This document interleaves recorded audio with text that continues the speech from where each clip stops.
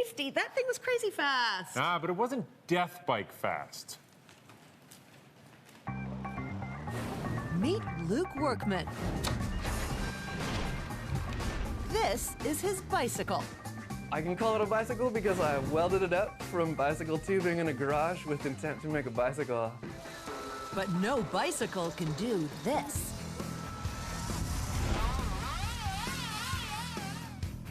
This is the death bike.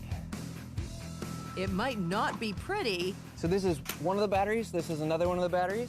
This is the motor controller. This is the motor. but it'll blow your shoes off. Are you okay, dude? Yeah. The death bike accelerates faster than a Ferrari, hitting a blistering 100 kilometers an hour in just 2.3 seconds. The experience of riding a death bike, it accelerates so hard, the first issue you run into is trying to hold on well enough that you don't just go flying off the back. I don't usually ride anything unless before I get on it to ride it, I am at peace with it being my last ride. This death-defying ride is purely electric. Part of Luke's quest to outmuscle combustion engines and outrun the world's top electric motors. Let's find a Tesla. Who's got a Tesla? Luke really wants to race and beat a Tesla Model S.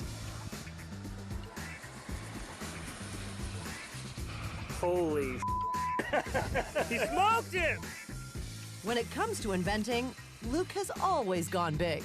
It was second grade. I made a large dry ice bomb that blew all the windows out in one side of my parents' house, which they didn't appreciate that much. I wanted to become a chemical engineer, and they were like, hell no. Wow. He switched focus Shoots right up. Wow. from chemistry to physics and electronics, but the hunger for challenge stayed the same. I seek out things that look like they will be failure points because they are so insurmountably difficult. And that's kind of a motivation to me, is the unclimbable hill or the unsolvable challenge. His love of problem solving makes him a much sought-after talent. He's been headhunted to develop batteries for groundbreaking companies like Joby Aviation and Zero Motorcycles. The latter challenged him to design a battery that could withstand the roughest conditions and last as long as the vehicle itself. And he did it.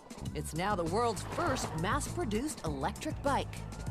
Every other pack topology I've ever seen wastes a lot of space and weight and is not as vibration rugged and not as weatherproof as the system that I've used today.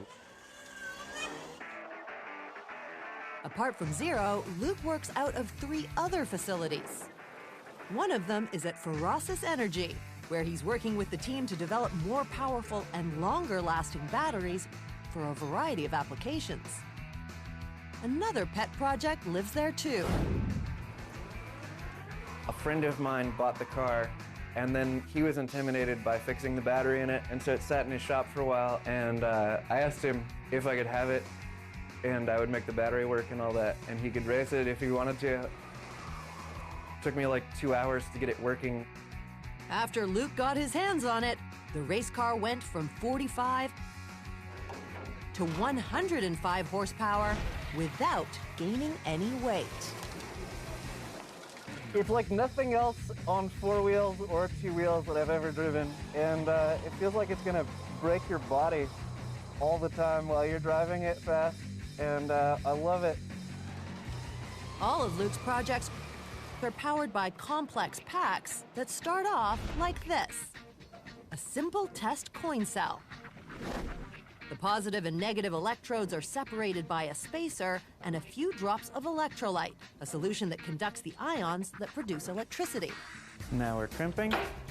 Once the cell is pressed shut, it's tested for efficiency and durability in an incubator,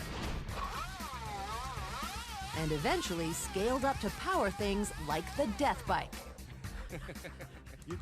On his own time, Luke is developing a brand new concept: a never-before-seen battery that could revolutionize the electric motor industry. should probably leave it at that for the sake of various clients. Meanwhile, he keeps pushing to make current electric vehicles faster and better.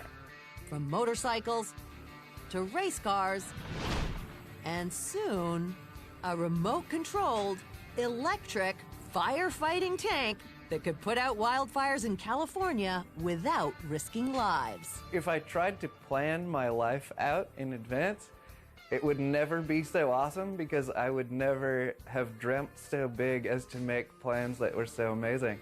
I never imagined life could be so good, actually.